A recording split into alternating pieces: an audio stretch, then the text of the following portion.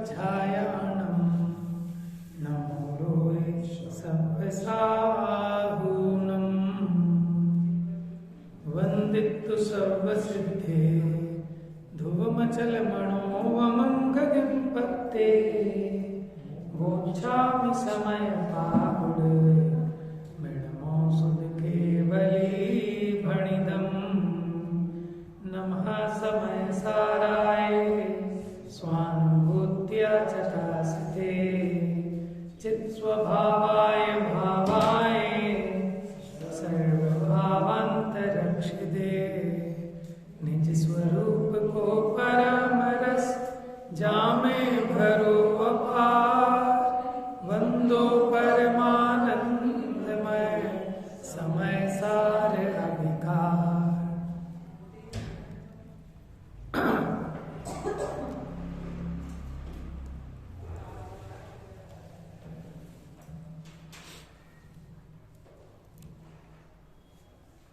तो यहाँ निर्जराधिकार में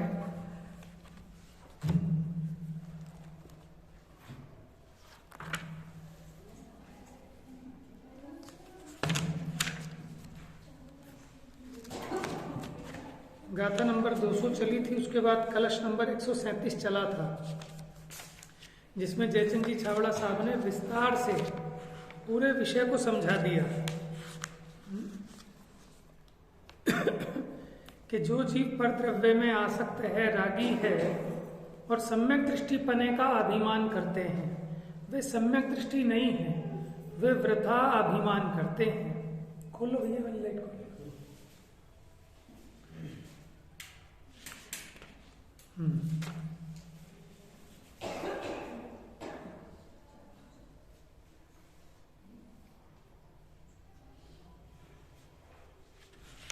अब अपनी चलनी है गाथा नंबर 201 और 202, पेज नंबर 503 सबसे नीचे।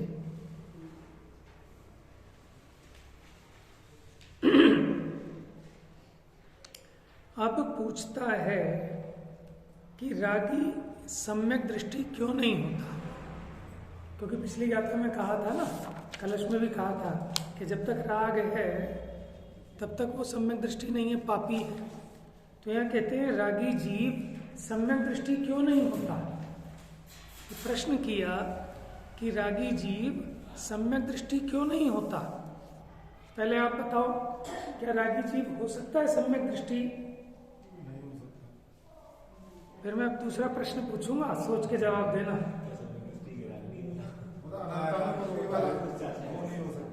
बताओ, क्या रागी सम्यक दृष्टि नहीं हो सकता क्या?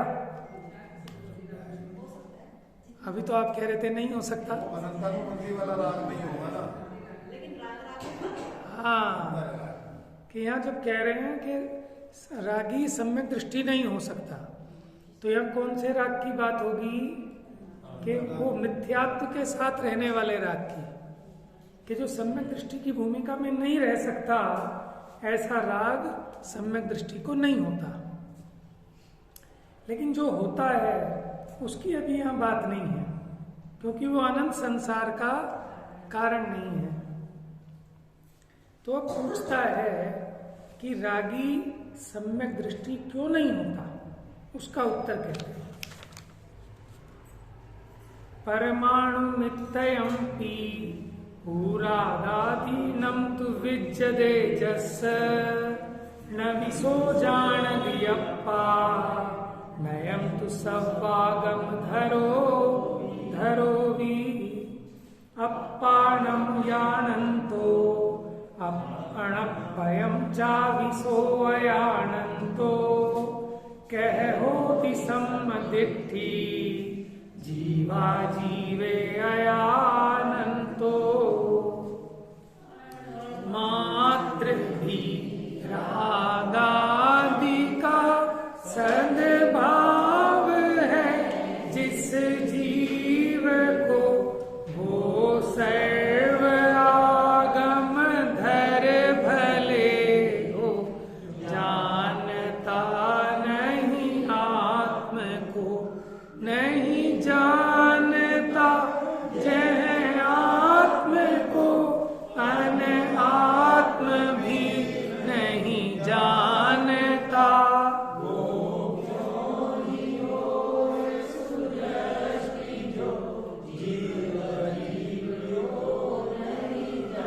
यहाँ कह रहे हैं गाथा 201 में कि अणुमात्र भी रागादि का सद्भाव है जिस जीव को। माने अगर अणुमात्र भी राग है तो भले ही वो सर्वागम धर भले हो, भले ही वो सर्वागम का जानने वाला हो। मतलब कितना?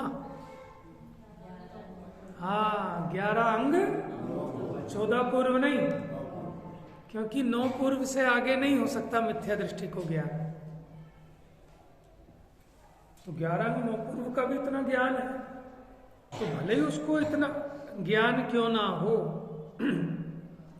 लेकिन अगर अणुमात्र भी रागादि है तो वो सम्यक दृष्टि। अब फिर से प्रश्न, क्या सम्यक दृष्टि को अणुमात्र भी राग नहीं है? चलो उतना अनंत वाला राग तो नहीं है, क्या अणुमात्र भी राग नहीं है उसको? बहुत बढ़िया। अब आप सब, अब ऐसे मजा आता है ना कि अब मुझे ज्यादा विकल्प नहीं रहेगा कि ज्यादा गहराई से समझाऊं। आप लोग पकड़ गए उस बात को कि मिथ्यात्व के साथ रहने वाला जो राग था वो तो अणुमात्र भी नहीं है। समझ में आया? तो जिसको अणुमात्र भी रागादि का सद्भाव है, माने अज्ञान रूप रागादि का अगर सद्भाव है तो वो जानता नहीं आत्मा को।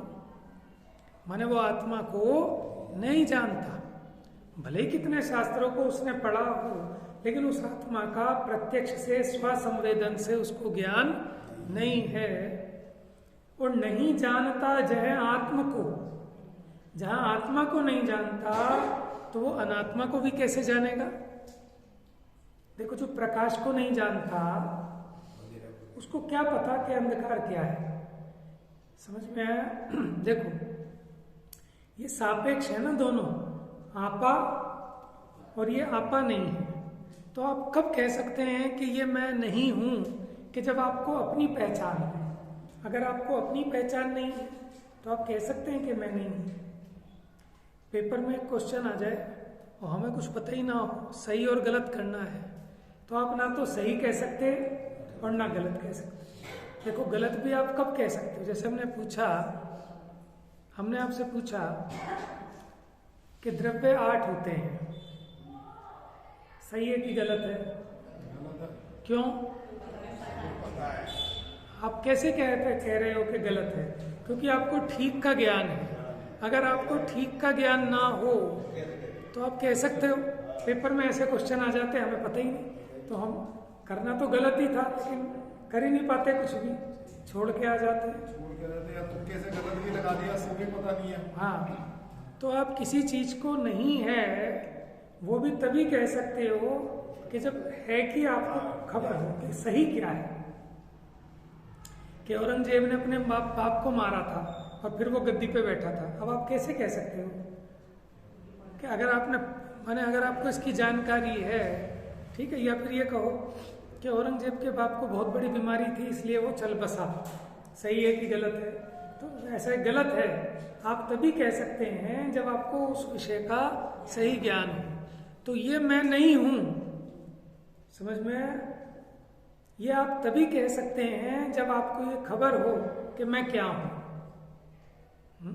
तो इसलिए जो आत्मा को नहीं जानता वो अनात्मा को भी नहीं जानता। 6 द्रव्यों में एक मैं हूं, ठीक है, उसके अलावा मेरे अलावा बाकी जीव और पुद्गल धर्म आकाश काल वो सबके सब हो गए मेरे लिए अनात्मा। तो जो आत्मा को नहीं जानता वो अनात्मा को भी नहीं जानता, ठीक है। ऐसे 7 तत्वों में लगा लेना। तो जो है वो क्यों ही होए सुदृष्टि, जो वो सम्यक दृष्टि कैसे होगा जो जीव अजीव को नहीं जानता? क्योंकि सम्यक दर्शन की तो पहली शर्त है क्या कि स्वपर का श्रद्धानी हो अथवा 7 तत्वों का श्रद्धानी हो। अब जो जीव अजीव को ही नहीं जानता, माने 7 तत्वों को कैसे जानेगा और वो सम्यक दृष्टि कैसे हो सकता है? इसलिए वो कह रहे हैं कि वो रागी, कौन सा रागी? कि जो आत्मा को नहीं जानता।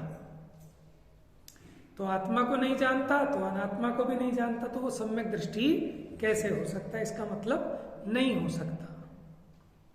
गाथा का अर्थ देखते हैं।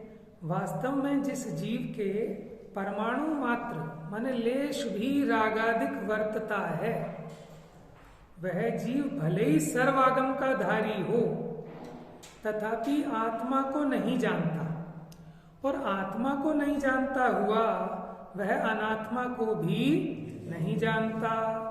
इस प्रकार जो जीव और अजीव को नहीं जानता वो सम्यक दृष्टि कैसे हो सकता है? ये तो बेसिक है ना, इसके बिना तो सम्यक दृष्टि हो ही नहीं सकता। जिसे जीव अजीव की पहचान नहीं है वो कैसे सम्यक दृष्टि हो सकता है? भाषा टीका, जिसके रागादि अज्ञानमय भावों के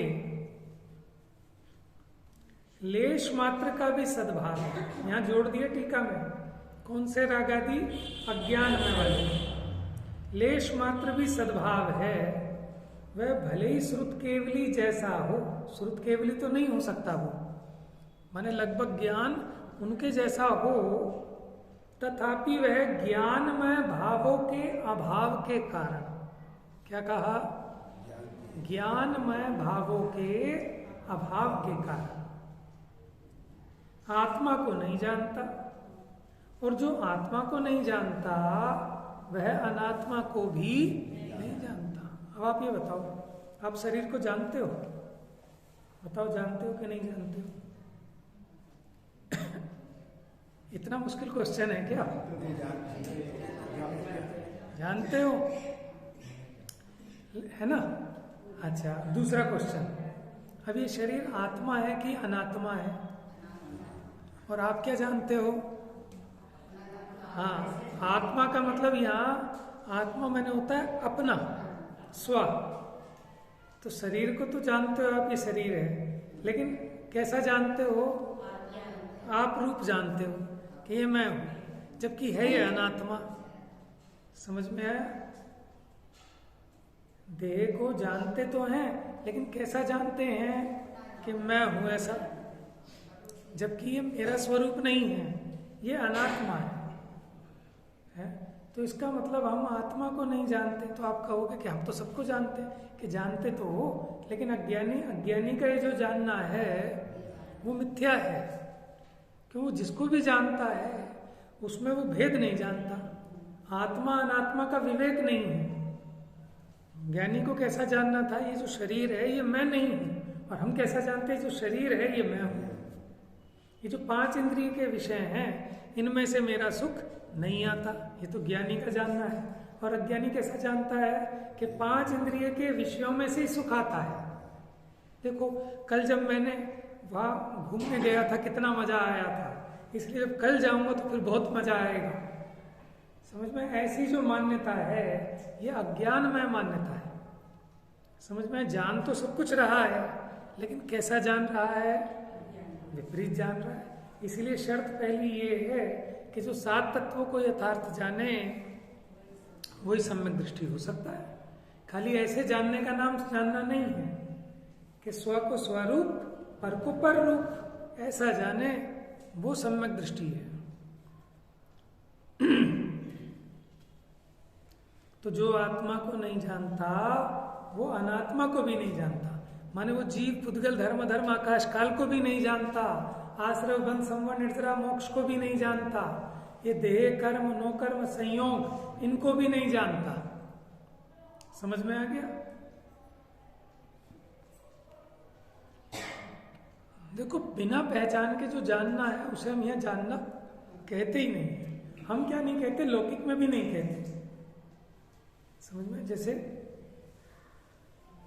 किसी नए व्यक्ति से मिलाओ आप, क्या आप इसे जानते हो? तो हम क्या कहते हैं? नहीं जानते। कैसी बात कर रहे हो? जान नहीं रहे, सामने खड़ा है। कि ये जानना नहीं होता। आप मोदी जी को जानते हो? बताओ, कैसी बात कर रहे हो? मोदी जी को कौन नहीं जानता? बात समझ में आई? कि जहां अपनी जान पहचान नहीं है, जहां प्रतीति नहीं है, प्रीति नहीं है, वो जानना है ही नहीं। ऐसे ही आत्मा को शास्त्र से जानते हो, लेकिन आपका उससे परिचय वैसा नहीं है ना? अनुभूति नहीं, उसमें नमनता नहीं, उससे आपका कुछ तन्मयता नहीं, तो वो आत्मा को जानते हुए भी नहीं जानता। तो जो आत्मा को नहीं जानता वह अनात्मा को भी नहीं जानता। माने इसमें से ये बात भी निकल के आई कि सम्यक दृष्टि कौन, कि जो आत्मा को जानता हो, ठीक है। और आत्मा को जानता होगा तो नियम से जो अनात्मा है उसको भी जानता होगा। यानी सातों तत्वों को, छहों द्रव्यों को, उसको यथार्थ जानेगा। क्योंकि स्वरूप से सत्ता और पर रूप से असत्ता, इन दोनों के द्वारा एक वस्तु का निश्चय होता है। मुझे बताओ, ये किताब है, ये किताब है, इसकी सिद्धि कब हो सकती है? कि जब ये किताब किताब रूप से तो रहे और ये किताब हाथ रूप से ना रहे। समझ में आया ना? तभी तो इस किताब की सत्ता बनी रहेगी। यानी किताब अपने स्वरूप से तो रहे, लेकिन ये जो हाथ है पर रूप से ना रहे, तभी तो इसकी सत्ता है। नहीं तो या तो ये हाथ बन जाएगी या हाथ किताब बन जाएगा। जगत में जो अनंत वस्तुएं हैं वो अनंत तभी बनी रहती हैं जब उनकी अपनी अपनी अनंत व्यक्तिता नष्ट नहीं होती। व्यक्तिता माने उनकी पर्सनल, अपने आप में एक इंडिविजुअल अलग एंटिटी है ना। और वो कब नष्ट नहीं होती? कि जब वो अपने स्वरूप से तो रहती है लेकिन पर रूप से नहीं रहती। अगर वो पर रूप से भी रहने लग जाए तो फिर दो नहीं होंगी, वो दो मिलके एक होंगी। फिर जब ये एक हो गई बाकी सब भी मिलके एक हो जाएंगे, फिर अनंत पदार्थ सिद्ध नहीं होंगे। तो इसलिए वस्तु की सिद्धि, कोई भी वस्तु है, आप उसे तभी सिद्ध कर सकते हैं जब वो अपने स्वरूप से तो हो और पर रूप से ना हो। माने अगर एक ही वस्तु अपने रूप से भी और पर रूप से भी हो तो आप कैसे पहचानोगे?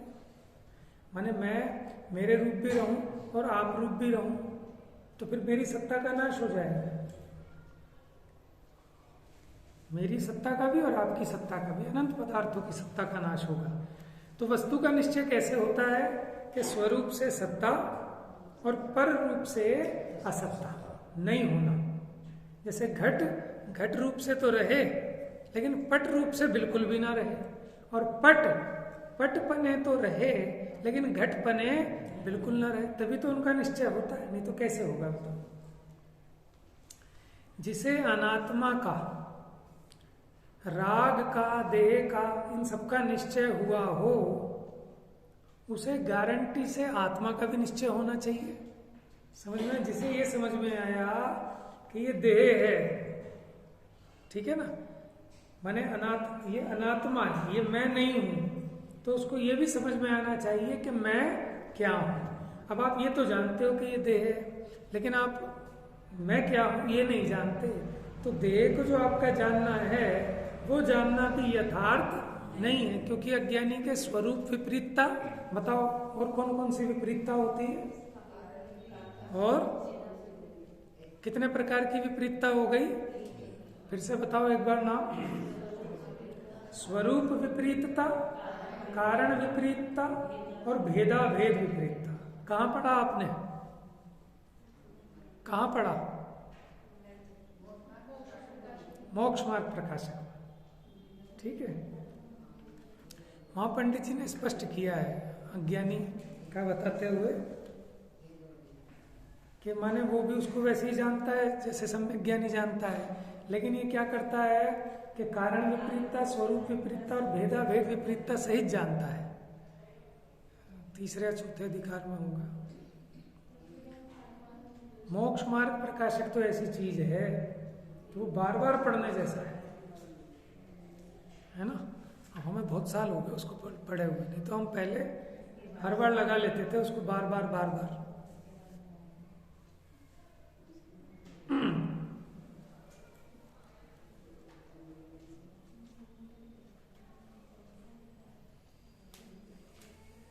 जो आत्मा और अनात्मा को नहीं जानता वो जीव और अजीव को नहीं जानता। अब ये बताओ, आत्मा अनात्मा और जीव अजीव कोई अलग अलग है क्या?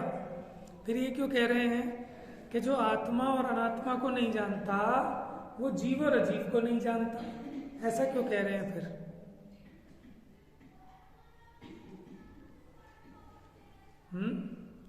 देखो, दो बातें हैं। आत्मा मैंने होता है अपना आपा, ठीक है, और अनात्मा माने होता है जो मैं नहीं हूं। जबकि जीव और अजीव माने क्या होता है? जीव माने होता है जो जानता देखता है वो जीव है, जो जानता देखता नहीं है वो अजीव है। ठीक है, आत्मा का मतलब हम क्या समझ के बैठे हैं कि जीव, जबकि आत्मा का मतलब होता है मैं। आत्मा का मतलब क्या होता है? तो आप ऐसा भी कह सकते हो आत्मा जीव है, यानी मैं जीव हूं। लेकिन हमने उस अर्थ में रूढ़ कर दिया, हमने उनको एक ही पर्यायवाची कर दिया। अब क्या करें, करना तो पड़ेगा। जैसे मान लो मैं मोटा हूं, ठीक है ना, तो अब मैं और मोटा, अब इसको हम एक मान लेते हैं, एक ही मान लिया। ऐसे ही हमने क्या किया कि मैं, ठीक है, और जीव, इन दोनों को एक अर्थ में रूढ़ कर दिया। ये बात अलग है कि मैं हूं जीव, वो जीव इसलिए हूं कि मैं जानता देखता हूं। लेकिन मैं तो आप भी हो सकते हो ना, मैं तो ये माइक भी है, लेकिन ये अपने लिए मैं है। तो मैं का अर्थ हर जगह जीव नहीं होगा। समझना बात को, नहीं आई बात पकड़ में? मैं का अर्थ हर जगह जीव नहीं। और आगे देखो भाई, जीव बहुत सारे हुए और आत्मा एक ही हुई। ना ना ना ना, मैं आत्मा ना, मैं आत्मा हूं ना। हाँ ये भी बात अच्छी है, ये भी बहुत बढ़िया बात बता दी आपने। मेरा ध्यान अभी इस तरफ नहीं था। देखो भाई साहब ने जो बताई है पहले वो बता दो, और मैं अपनी भी ना भूल जाऊं जो मैं कह रहा था। देखो भाई साहब क्या कह रहे हैं, आत्मा तो विश्व में एक ही होगा, क्योंकि आत्मा का मतलब मैं हूं और जीव तो अनंत है। जे त्रिभुवन में जीव अनंत, समझ में आ गया? एक तो ये अंतर हो गया। दूसरा अंतर जो मैं बता रहा हूं, मैं आपसे उल्टी बात कह रहा हूं कि आत्मा, जैसे मैं मेरे लिए तो आत्मा हूं, बाकी के लिए मैं अनात्मा भी हूं, समझ में? लेकिन बाकियों के लिए अजीब नहीं हो सकता। बात समझ में आ रही है? क्योंकि आत्मा का अर्थ मैं है। जैसे पुद्गल है, देखो आत्मा का मतलब होता है स्व, मैं। अब जीव अपने लिए बात कर रहा है तो आत्मा का मतलब जीव घटित हो जाता है। लेकिन अगर पुद्गल के संबंध में बात की जाएगी, आपने शब्द सुना होगा पुद्गलात्मक, पुद्गलात्मक यानी पुद्गल आत्मा। समझ में आया भैया? आत्मा क्या उसमें भी है क्या आत्मा? क्यों नहीं है? अब गड़बड़ तो ये हो रही है ना, हम आत्मा का मतलब जीव माने बैठे हैं। आत्मा सर्वनाम है, संज्ञा नहीं है। क्या आत्मा, ये जो आत्मन शब्द है ये सर्वनाम है और हम इसे संज्ञा मान के बैठे हैं। संज्ञा और सर्वनाम में अंतर पता है? संज्ञा परिभाषा हो गई, सर्वनाम। अच्छा, जैसे मैं, सुनो जरा, मैं और मनोज, इसमें कोई फर्क है कि नहीं है? मैं और मनोज, इसमें कोई फर्क है ना? मैं सर्वनाम है, बात समझ में आ गई? जैसे मैं कहूं तुम और मुकेश, क्योंकि तुम तो हम कहीं कहीं जगह यूज कर सकते हैं, सबके लिए कर सकते हैं, लेकिन मुकेश तो एक पर्टिकुलर होगा। ऐसी जो आत्मा शब्द है, हर एक, चाहे वो जीव हो चाहे अजीव हो, वो सब अपने अपने लिए आत्मा है। जैसे पुद्गलात्मक, पुद्गल है आत्मा जिसकी, समझ में? जीवात्मक, जीव है आत्मा जिसकी। बात समझ में आ रही है? तो यहां इसलिए ये आ गई बात, आत्मा और अनात्मा को नहीं जानता, वह जीव और अजीव को भी नहीं जानता है। आपने कहाँ पढ़ा? ये तो तत्वों में आता है ना, तत्वों की अपेक्षा से मैं जीव, अजीव के अंदर बाकी सब हो गए। ये तत्व देखो आप समझना, द्रव्यों में ये हुआ कि जीव सारे जीव। देखो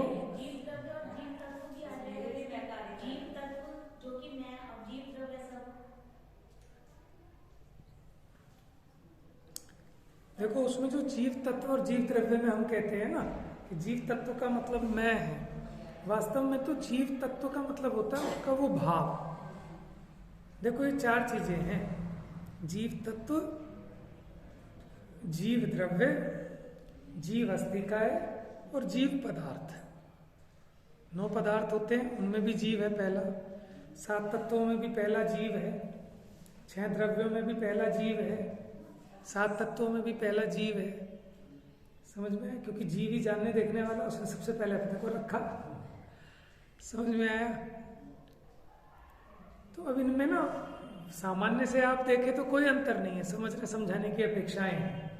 लेकिन वैसे अगर गहराई में जाएं तो आचार्य ने जो 4 तरह से निरूपण किया, तो उसमें द्रव्य, क्षेत्र, काल, भाव, उसकी मुख्यता से जीव को देखना।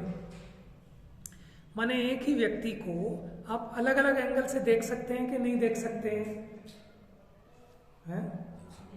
देख सकते, जैसे मैं यहाँ बैठा हूँ तो मुझे एक तो आप क्षेत्र की अपेक्षा भी देख सकते हैं कि जो ऊंचा बैठा है, क्षेत्र की अपेक्षा देख रहे हो ना।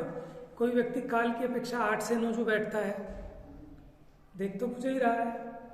और कोई ये कि मनोज बैठता है। समझ में आया? और भाव माने वो जो स्वाध्याय करता है, एक ही चीज को देखा। माने एक ही व्यक्ति इंजीनियर भी है, मान लो मैं टीचर भी हूँ, ठीक है, और मैं वक्ता भी हूँ। लेकिन जिस समय जहाँ जैसी जरूरत होती है उस अपेक्षा से देख लेते हैं ना। यात्रा कर रहा हूँ तो उस समय यात्री हूँ, पूजा कर रहा हूँ उस समय पुजारी हूँ। तो एक साथ इतने धर्म रहने पर भी हम मुख्य गौण करके देखते हैं ना, चीज एक ही है।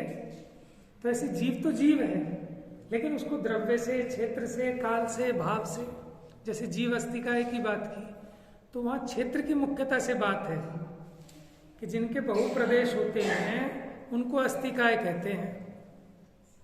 ठीक है ना? तो प्रदेशों की तरफ से जब जीव को पकड़ा, ऐसे भाव की तरफ से पकड़ेंगे तो तत्व आएगा, जीव तत्व। तो आप जो ये कह रहे थे, अभी कुछ कहा था ना आपने, हाँ, कि जीव द्रव्य और जीव तत्व। देखो, जीव द्रव्य तो अनंत है, ये बात तो सही है आपकी। और जीव द्रव्य में एक सामान्य निरूपण होता है, स्थूल निरूपण होता है, उसमें वो विकारी अविकारी पर्यायों सहित गर्भित करके बात करते हैं। लेकिन अब जब उसका और गहराई से विश्लेषण करते हैं, माने किसी एक जीव को पकड़ के, तो उस एक जीव में कितने प्रकार के भाव हो सकते हैं। एक तो उसमें जीवत्व भाव है, माने चेतना रूप भाव उसी जीव द्रव्य में, ठीक है। वो चेतना रूप भाव का नाम हमने कह दिया जीव तत्व, ठीक है। अब अजीव तत्व किसे कहोगे?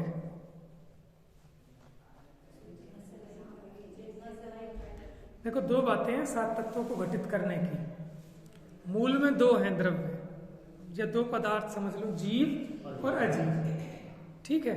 वो तो हो गया पहला जीव तत्व और दूसरा हो गया अजीव तत्व। अब इन दोनों का संयोग वो हो गया आश्रव और बंध, ठीक है। और इनके अब वियोग रूप जो अवस्था प्रारंभ होगी, संवर, निर्जरा, और पूरी तरह वियोग हो जाएगा तो मोक्ष।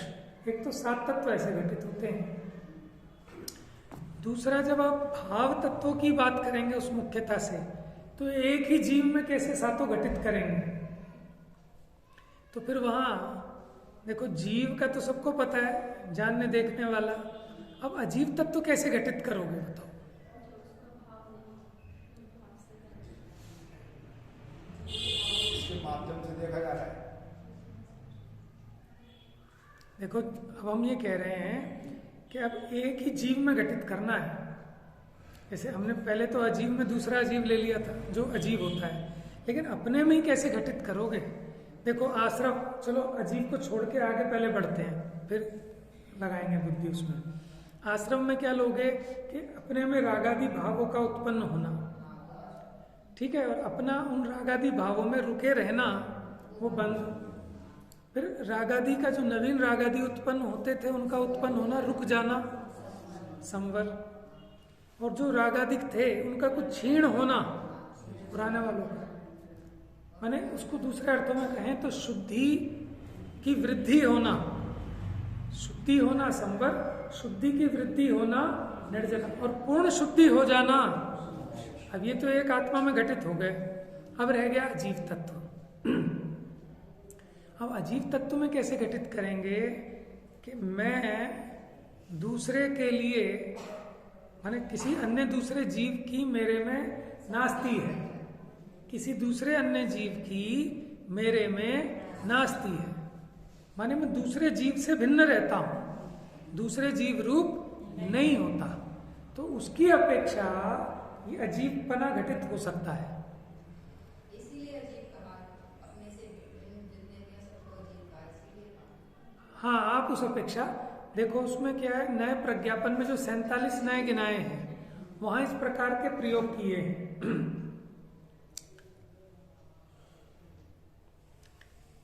जैसे ये दोनों किताब है, ठीक है, दोनों किताब है, लेकिन इसकी अपेक्षा, अगर इस किताब की अपेक्षा बात करें तो इस किताब की इस किताब में नास्ती है, तो अगर ये किताब है तो इसके लिए ये आ किताब है। क्या है ये?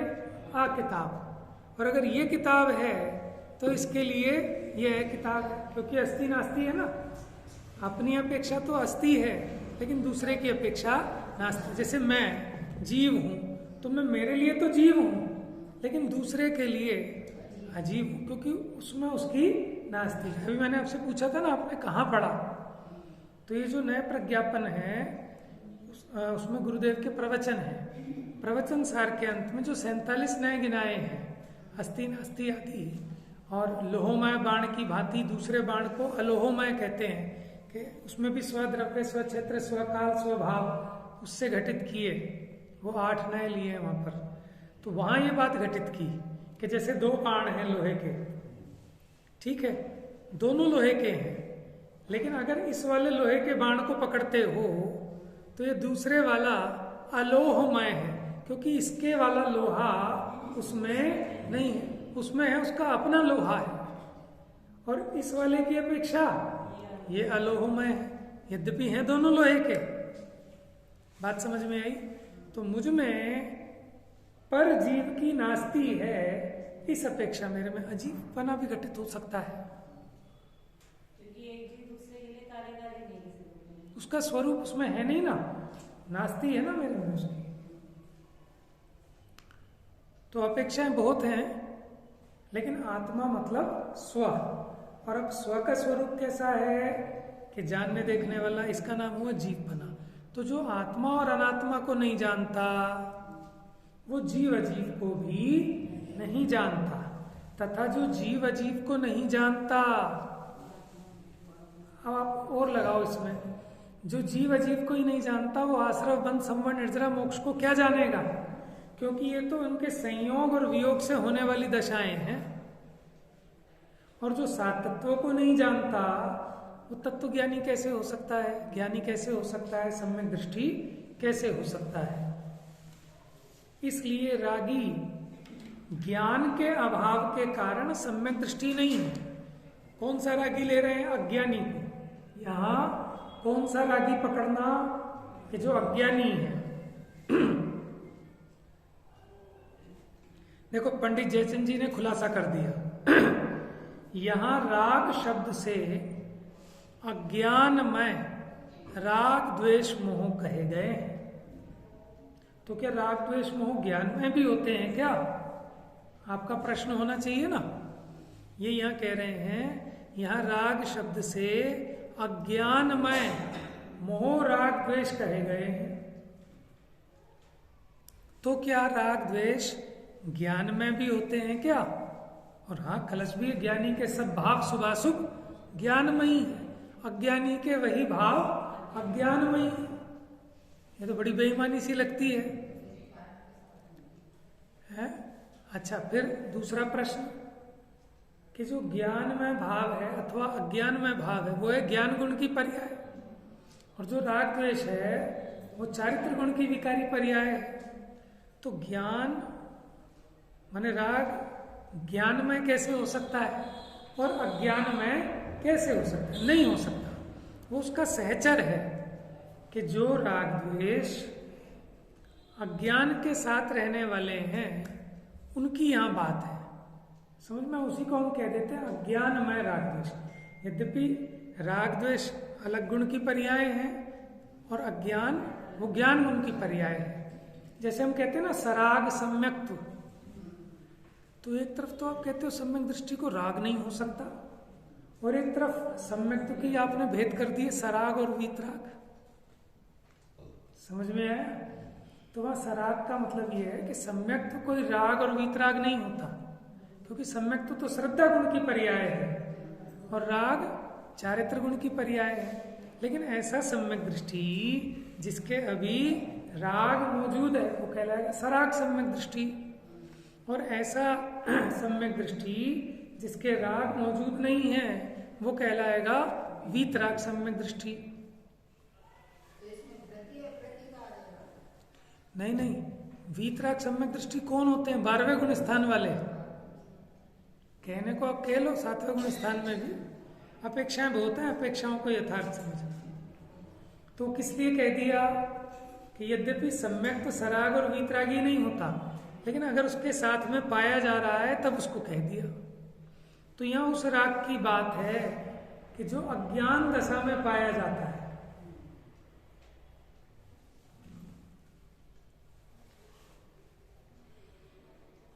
अज्ञानमय कहने से मिथ्यात्व अनंतानुबंधी से हुए रागादिक समझना चाहिए।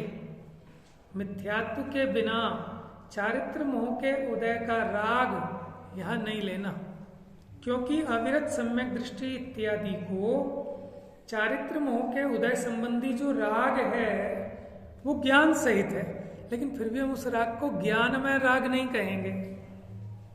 यद्यपि वो जो कलश आया ना, हाँ वही कलश था जो मैं कह रहा था। ज्ञानी के सब भाव शुभाशुभ ज्ञानमयी है, अज्ञानी के वही भाव अज्ञानमयी है। ज्ञानी और अज्ञानी में यह अंतर क्यों है, तथा शुभाशुभ भावों में भी अंतर क्यों है। ये कलश ढूंढना कौन से नंबर का कलश है, और फिर इसकी संस्कृत देखना, फिर उस पर कल चर्चा करेंगे, याद दिलाना मुझे कल। ठीक है?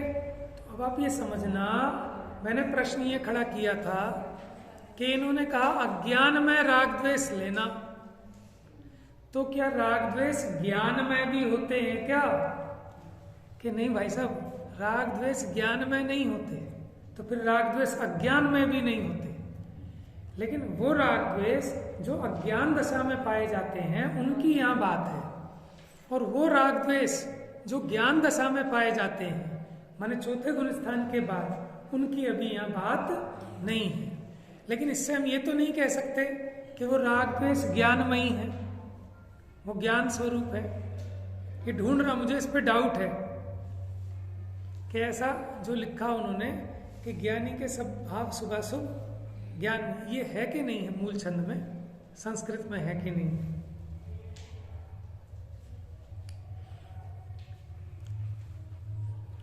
तो अब बात समझ में आ गई, राग अज्ञान में है कि नहीं।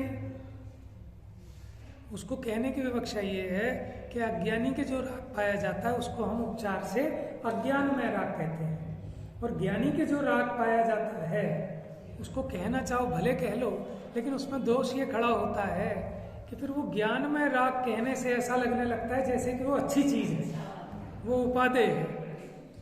समझ में? जैसे सोद के लड्डू, ये लगता है कि उपादेय है भैया, अच्छी कोई पवित्र चीज है सोद के, क्या वो खाने लायक तो है ही नहीं, ये तो मजबूरी है, खाना मजबूरी है। कोई सोचे सब सोद के लड्डू खाएंगे तो कुछ धर्म हो जाएगा, है? धर्म नहीं होएगा।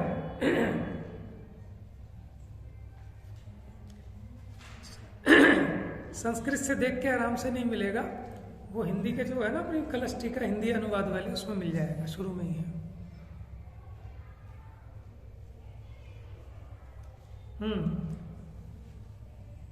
तो क्योंकि अविरत सम्यक दृष्टि इत्यादि को चारित्र मोह के उदय संबंधी जो राग है सो ज्ञान सहित है।